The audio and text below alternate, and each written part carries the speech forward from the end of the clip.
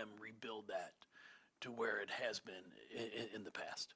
And with Brittany, we took our time and really tried to look at a lot of different options for, who could come in and bring us not necessarily the exact same thing that Steph did, but who could bring us something that could enhance our program, enhance our staff, and we thought Brittany was a great fit. Obviously, she had a ton of success at NC State. Wes is a good friend of mine. I talked to Wes about her as well, and Brittany has aspirations of being a head coach one day, and she thought it would be good for her career to work for one more person. Obviously, Wes has done fantastic, and now coming here gives her an opportunity to have two people who can pick up the phone for her when a job comes open that she wants and try to help her get. Jeff, you lost obviously some valuable experience from last year to graduation. And is there new players stepping up into larger leadership roles during this offseason that you've liked? Well, I think that's the way it's going to be every year, not just to graduation, but with the portal, the transfers. Been really impressed with Amari Berry's probably in the best shape that she's been in. Now she's still got room to grow, which they all do. But I've seen a lot of improvement from Amari. Taj has taken that next step from a freshman to a sophomore. She's worked on her leadership. Her game has improved as well, so really excited about that. And then you've got, McKinley Randolph is feeling good now. Her foot's feeling better. She was in that boot for the last month of the season where she really wasn't practicing much. She was just playing in games. But now she's done a great job of rehabbing that. So I've seen improvements from all of them. And then you add Laura Ziegler from St. Joe's, who's really had a great summer for us. She's probably right now our best conditioned player that we have. We've been scrimmaging the past 2 days. We'll scrimmage tomorrow again from 9 to 10, which is our little hour that we get. I waited till the last week to really have 4 days that we can scrimmage for an hour. And you can tell from our time scrimmaging that she's in great shape. She rebounds the ball extremely well. She can pass it. She can score it. She's going to bring a lot of experience to our team, which is going to be something I think all of our fans are really going to enjoy. Raina Scott and then Skylar are two transfers also that are adjusting to the way we do things. Raina from our first scrimmage on Tuesday till today looks like a different player. Really starting to understand what we're trying to do. I want our point guards to be explosive. I want them to score, but at the same time, we got to take care of the ball. On Tuesday, she turned it over about 9 times. And today it was once. So really, I'm seeing the growth. She's up there. She's watching film. She wants to be a leader. She wants to be a point guard. So really excited about her. I mean, all of them. And then we have a few that we're getting healthy. Isla had her surgery in April. She'll hopefully be released in September. Grace she's been participating in individual skill work, but not 5-on-5 yet. We're still getting her legs stronger from when she tore her ACL two Julys ago. So it's just one of those things. She was able to play in her high school season there at the end. But we want to make sure that she's in a place where the leg strength is about equal in both. But she's been looking really good in workouts. We're hoping in the next month or so that she'll be cleared for 5-on-5. So it's been a good summer. I've been really impressed with them, and it's going to be fun to see as we continue to work who's going to take that next step. Jeff, you've mentioned how everyone on the team has made meaningful progress this summer, but specifically, how has Tajanna Roberts looked so far coming off of that really impactful freshman campaign? Well, Taj has gotten stronger. She's really worked hard in the weight room, which is something that we had talked about at the end of the season. So you'll notice her strength, her shooting, Her ball handling has gotten better, and she's really doing a nice job of understanding how to get her teammates the ball as well. So I'm just really excited for her. I think she's put the work in. She understands. Yeah, I had a good freshman year, but there's more to come. And she was not just going to say, "Hey, I'm good enough. This is what I want to be." So just really been impressed with the work that she's done. Jeff, kind of piggybacking off Yep. of that, and you touched on it a little bit just with Taj's growth, but for her to take that next step and really be a leader on this team, I mean, how impactful can she be for this group? And what were those conversations like maybe in the off season about keeping her and the impact she can make here? Well, the conversations were short because she wants to be great. So it's not like you're trying to convince someone, no, you've got room to grow. This is what you have to work on. She wants to be elite. So she has the mindset and the understanding of knowing, hey, I've got to continue to work on my ball handling. I've got to be able to get my shot off a little quicker at times, score in small areas. And at the same time, there's also leadership skills. As a freshman, sometimes you go through your ups and downs, and now she understands, even if it's a bad quote unquote game for her, I might not score the ball as much as I want. She's still got to have an impact on the floor for us from a leadership side, and she's really been working hard on taking care of those things as well. And it starts with workouts. You might not shoot the ball great, but how are you handling it? And she's been really good with that. So I'm excited for her, and really looking forward to when we start getting going.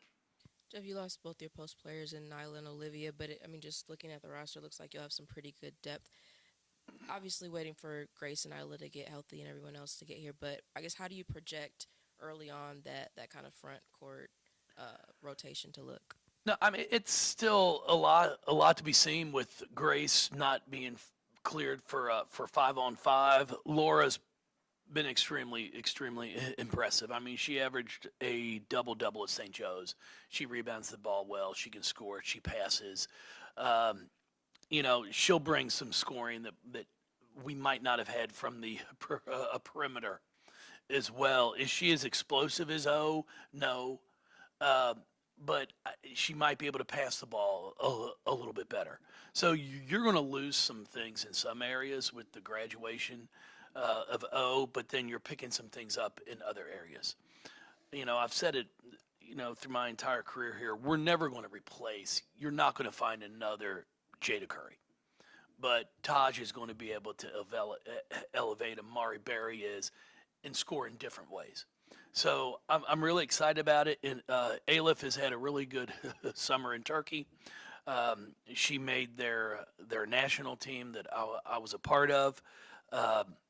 Didn't play a ton of minutes, but there weren't many college kids that even made their national team. So her to be in camp with those professionals for about 2 months was valuable for her. And then she came straight home after we finished the end of June with the national team to start training with their under 20 team.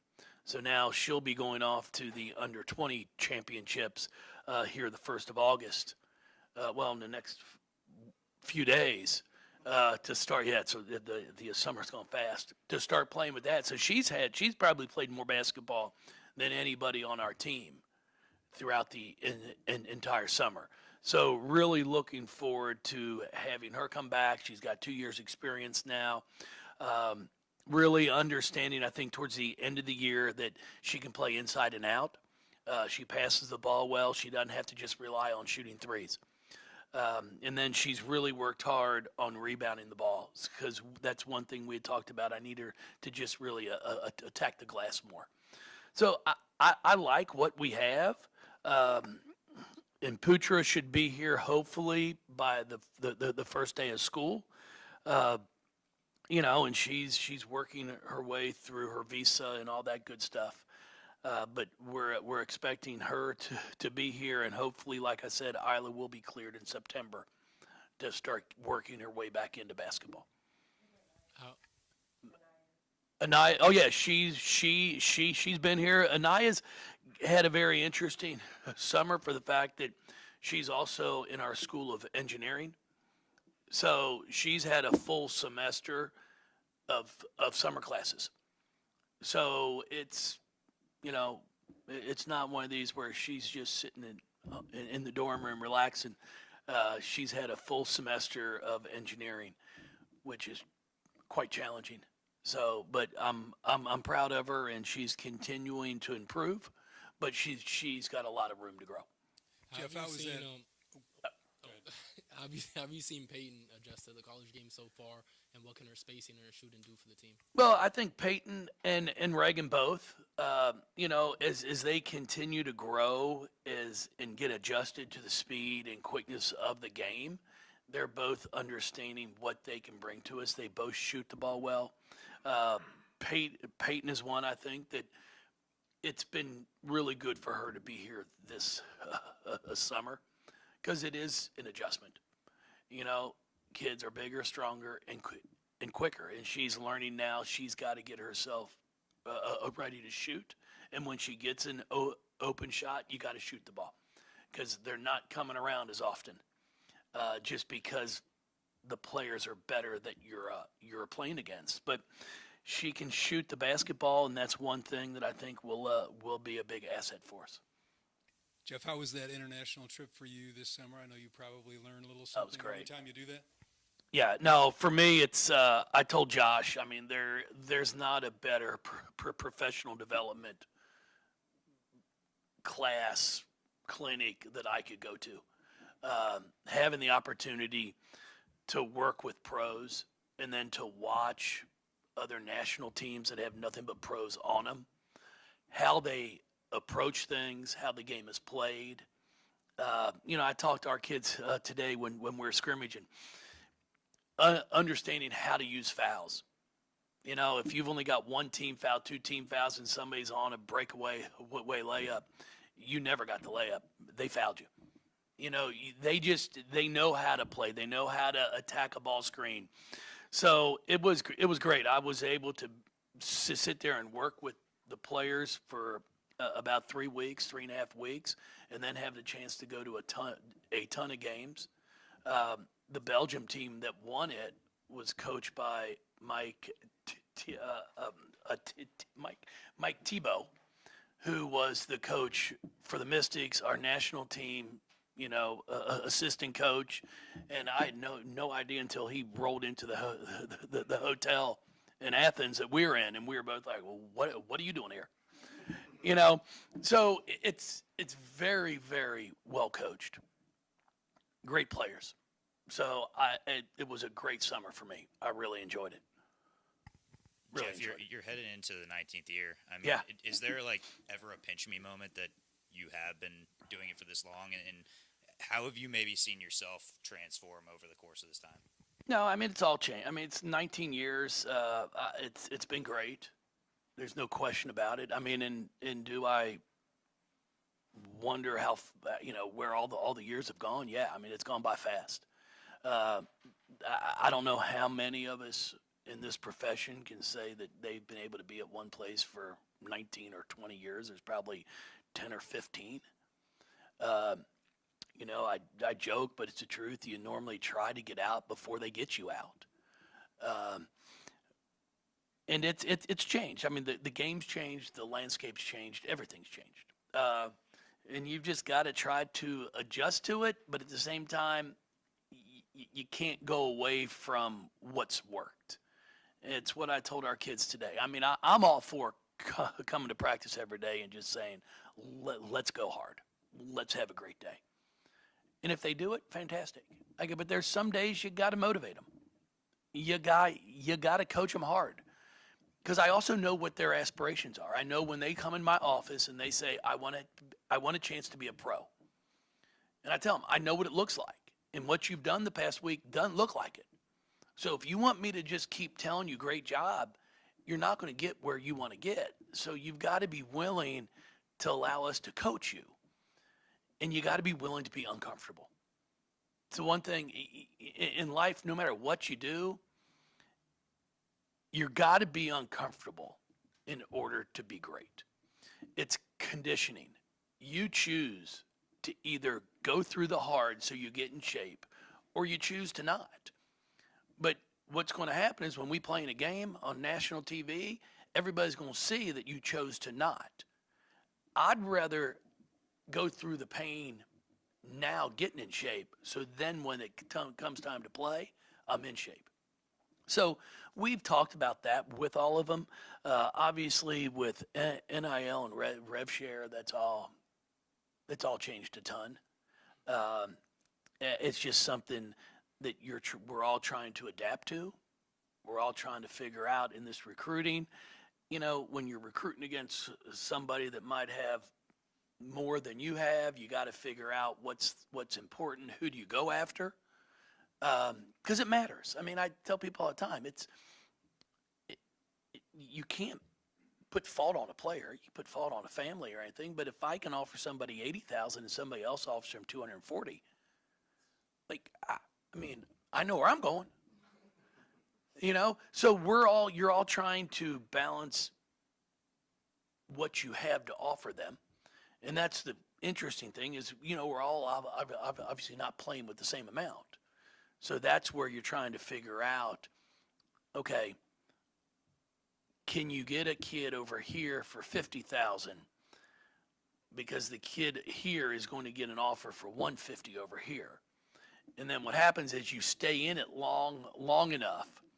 Unfortunately, it's like it's not going to come down to money. It's not going to come down to money, and it's hard to say. I mean, we all want to say that, but everybody here has a job. If somebody called and offered you 3 times to switch stations, I got a feeling you might switch. I might see a different logo on your camera.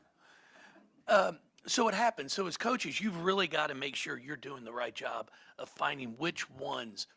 Okay, here's who I can afford. This is what I'm going down, and then at the same time, you got to make sure as incoming freshmen, it's like, do I put 6 figures into an incoming freshman, or do I wait till the portal comes open to a kid that I know has played and they've done it?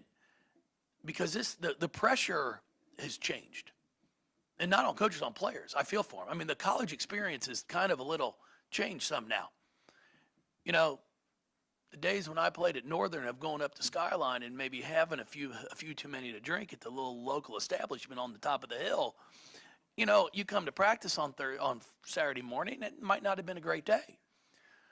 Well, now the problem is you might be sitting there at a bar next to someone who's like, I gave 100,000, and you're sitting here, you're drinking. You know, you lose a little bit. And I'm not saying you're supposed to drink in college, but let's not be naive, people.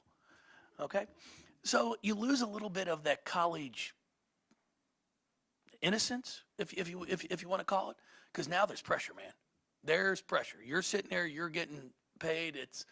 The pressure is real for them, and it's great that they do get the opportunity, because there are kids that our own players who. They've done a great job of saving, putting money away, investing it, where if they're smart about it, it can truly be generational wealth. It really can, and I'm hoping that they'll continue to save it. But yeah, it's all changed. Does that, to go off that a little bit, how difficult is it make that high school recruiting now? I think only 10 of the top 50 girls have committed at this point in the class, which last year was like 30 of 50. Is that why the process has slowed some on their end, and how difficult has it become for you guys? Well, it's changed. I mean, I think that's part of why some of it has slowed up. And for us, we're just trying to be very careful on, first off, you only have so much money to pay your players. So I think eventually I'm hoping to get down to maybe 10 to 12 players. And you might have 13, you might have 14, and some are just happy to be on a scholarship, okay, which sounds crazy anymore. But, you know, like Asia Durr was on a scholarship. Dana Evans was just on a scholarship. And we say just on a scholarship. You got kids that would die to not have to borrow money. But you've got a certain amount to pay. So it's like, okay, if we can get down to 10 or 11, now all of a sudden the amount you can offer somebody is a little bit higher. But then you got to be planning for someone to transfer as well. You know, you're dealing with some schools in rev share that might have 2.5 to 3 million. And if you're dealing with one, like if a kid can get 3 times, and it happens, it's every coach will tell you, as the year goes on, you want your kids to play really well to a point. Like, don't play too well, you know? But it's what makes it fun. I mean, we're sitting here each year. It's no longer, if you find kids that can stay 4 years at one school, I think it's going to be impressive. You know, I mean, it's really, it's difficult, I think, on the men's side as well. I mean, in football, I mean, they might play for three schools in one season. It's crazy on that side. I've watched it. Kind of speaking on that a little bit more, when it comes to managing that budget and trying to figure out the best use of the money that you have, how many people are involved, I guess, in that decision? Is it up, like, you have kind of the final word, or are you trying to be a little bit more collaborative with your assistant coaches? Like, what does that look like, I guess? No, when it comes down to the final, I mean, obviously Josh lets me know, hey, here's what your rev share number is. Here's what you have to work with. And then at the end of the day, it's on me. Sure, we'll sit there and talk about it as a staff, but at the end of the day, it's going to be put onto me, and it should. I'm not going to sit there at a press conference and say, well, you know, Jody said I should offer the kid $80,000. I only wanted 50. And I mean, and then you get into it of like, the interesting thing about it is there are players that I might say, okay, I think for us, because I'm trying to get a team together, you might be worth $80,000. But then somebody else might offer 120, and it's like, well, why aren't you offering 120, Jeff? You're only offering 80. I'm like, because I'm also trying to put a whole team in place. And that's where we're learning as it goes. You know, do you just try and get 5 elite players and say, here's 200,000 for 5, and then say the rest of you're just getting a scholarship, and find maybe 4 that are thrilled to be on scholarship that are good players that want to be here, but you pay your 5 a certain amount. So it's a juggling act right now. And the other thing is there's no true value per se of what does a starting point guard make in the SEC? What does a starting point guard make in the ACC? What's a starting post player? So we don't have that yet, and I think we're all trying to figure it out of what are the numbers. So it's not just building relationships with families and anymore. I mean, it's still a big part of it, but there's so much more into it now.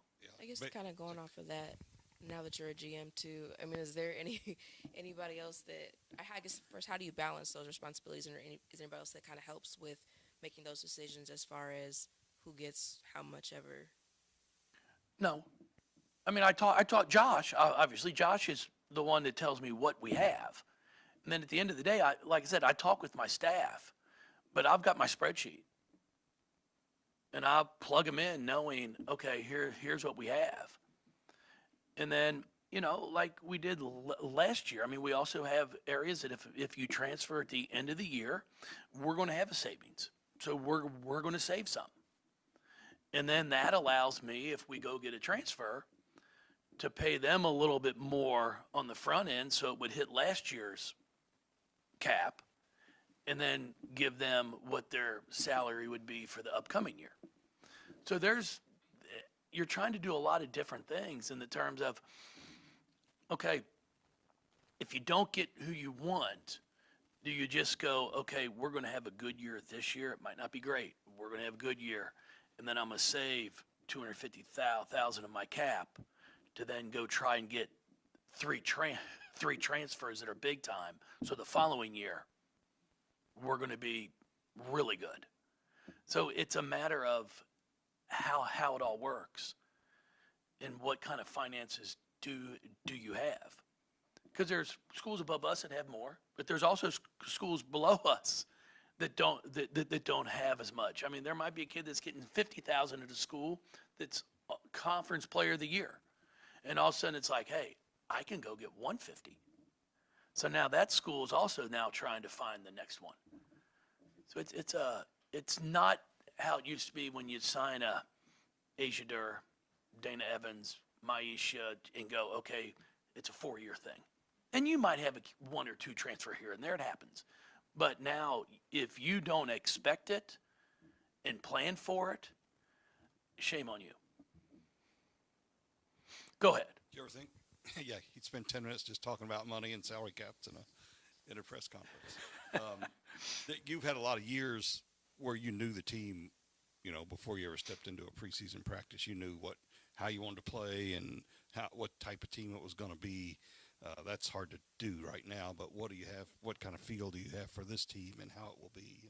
We're going to try and play quick. I think we can play fast. I think we're going to try to make it as entertaining as possible for our fans. But at the same time, we have to cut our turnovers down. We can't turn the ball over at the same rate that we did last year. So that's one of the areas that we've talked about. We want to play fast but play smart. And then we're going to try to do a really, really good job of teaching our kids to know during the flow of a game who's got the hot end.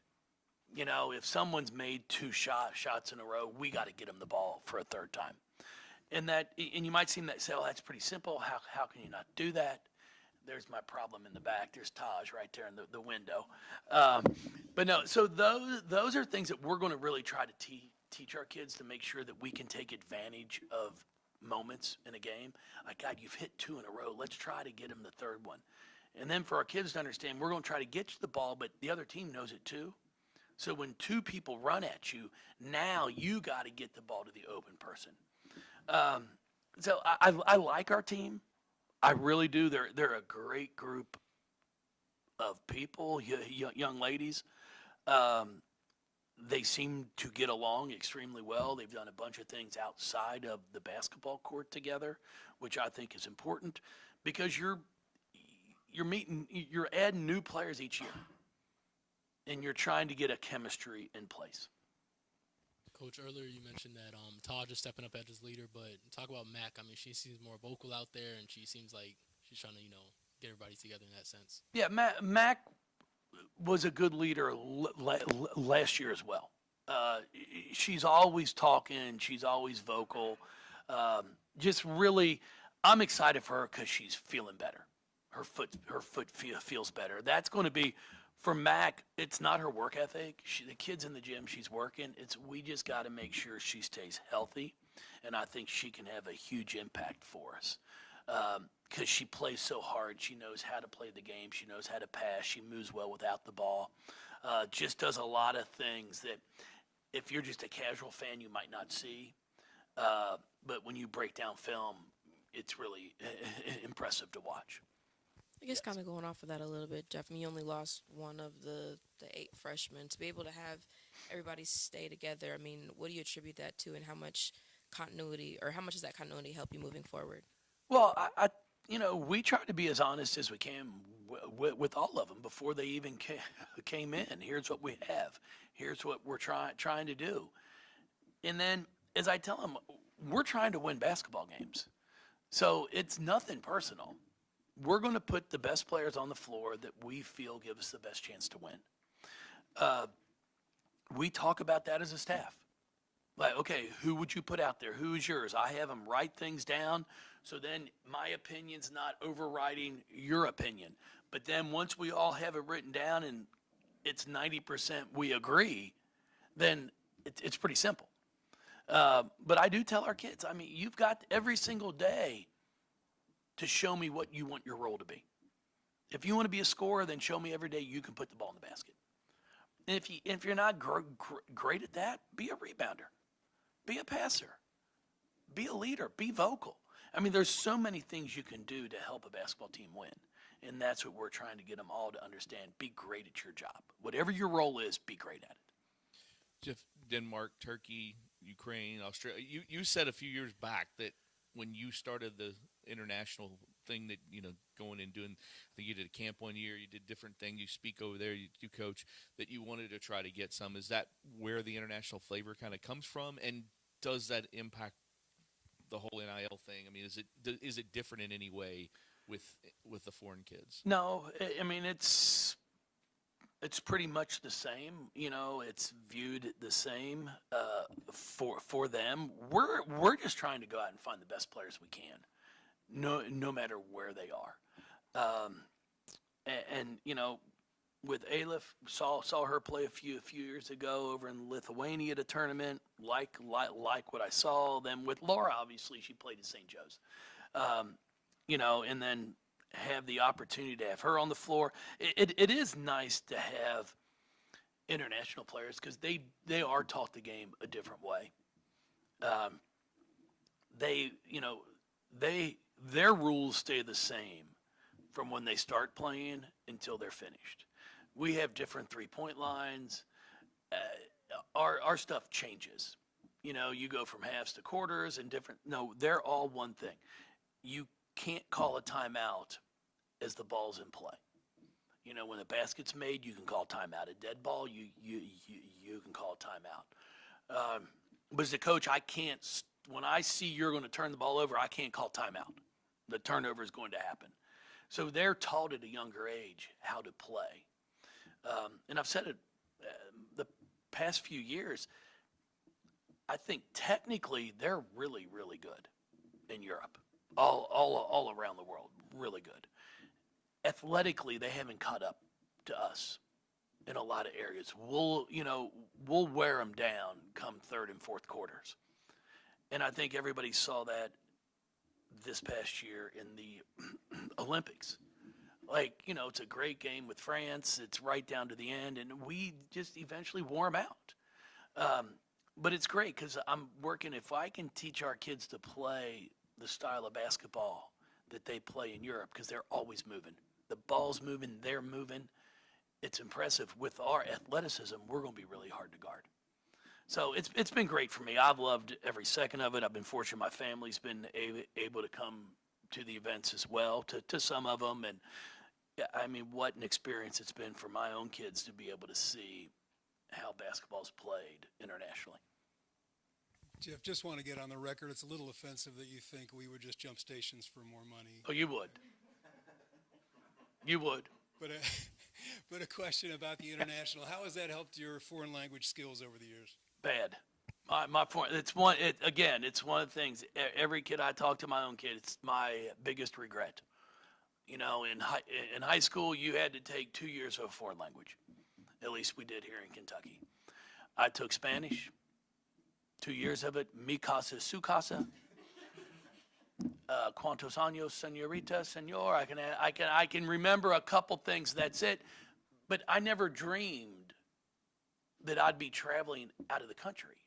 I mean, I grew up in northern Kentucky, and we go to the lake at Barron, and we'd go a few places, but you never dreamed of getting on an airplane and flying. But back in the 80s and 90s, not many people that I knew were just flying places. Now kids are flying it everywhere. And it's one of the things I say. It's, I joke about it. We had a young lady that played for us at Maryland, Orly Norez, who, when I would recruit, I recruited her from Paris. And we'd be on the phone, and she'd always tell me, all because you're yelling doesn't mean I understand you any better. I'd be like, hello. And when I picked her up after about the first month at Maryland, she goes, Coach, do you know what a person is that speaks 3 languages? I said, trilingual, 2 languages, bilingual. So I'm like, oh, yeah, I'm aware. She goes, you know what someone's called that speaks 1 language? I'm like, looking at her, I'm like, no. She goes, American. And it was I was like, oh my God, it's so true. And it's just because we can also fly 4.5, 5 hours and not leave our country. We're sitting there in Istanbul, and I fly an hour and 20, and I'm in Athens. And then you fly another hour and a half, and you're in Italy. It's just, where they can travel, you have to be able to speak different languages. And then I always say we're extremely spoiled. We're spoiled as Americans because I've been blessed to travel all over the world. And every time I get off an airplane, there's a sign that says exit. There's a sign that says car rental. They're in English. And I remember when Norika's family came for senior night from Japan. You land out here in Louisville, there's no signs in Japanese telling you where the exit is. So we're spoiled in some ways and very fortunate that we are able to communicate because everyone, 99% of the world also speaks English. So I do wish I could speak another language, but unfortunately, hadn't gotten there yet. Still time. Where do you stand with schedule right now, and how is it looking? Schedule, we are finished. Has it not been released? Oh, so we're still checking on contracts. I know, obviously, we all know we're opening up in Germany with UConn. We'll have Kentucky here at home, Colorado here at home, Tennessee. I think has that been announced up there, but game time is not, has it? The 20th, we're up at the Barclay Center. South Carolina's been announced for the SEC Challenge here at home. We'll have Northern Kentucky this year, Eastern Kentucky. We're hosting a tournament here with Bellarmine and a few other schools. So we're going to have enough non-conference, but we are fortunate that we're playing a lot here at home, which in the past we've been on the road. But hopefully once we get the contracts, we'll have that. Ball State's one we're also playing. Yes. Anything else? Appreciate y'all. Turn these things off.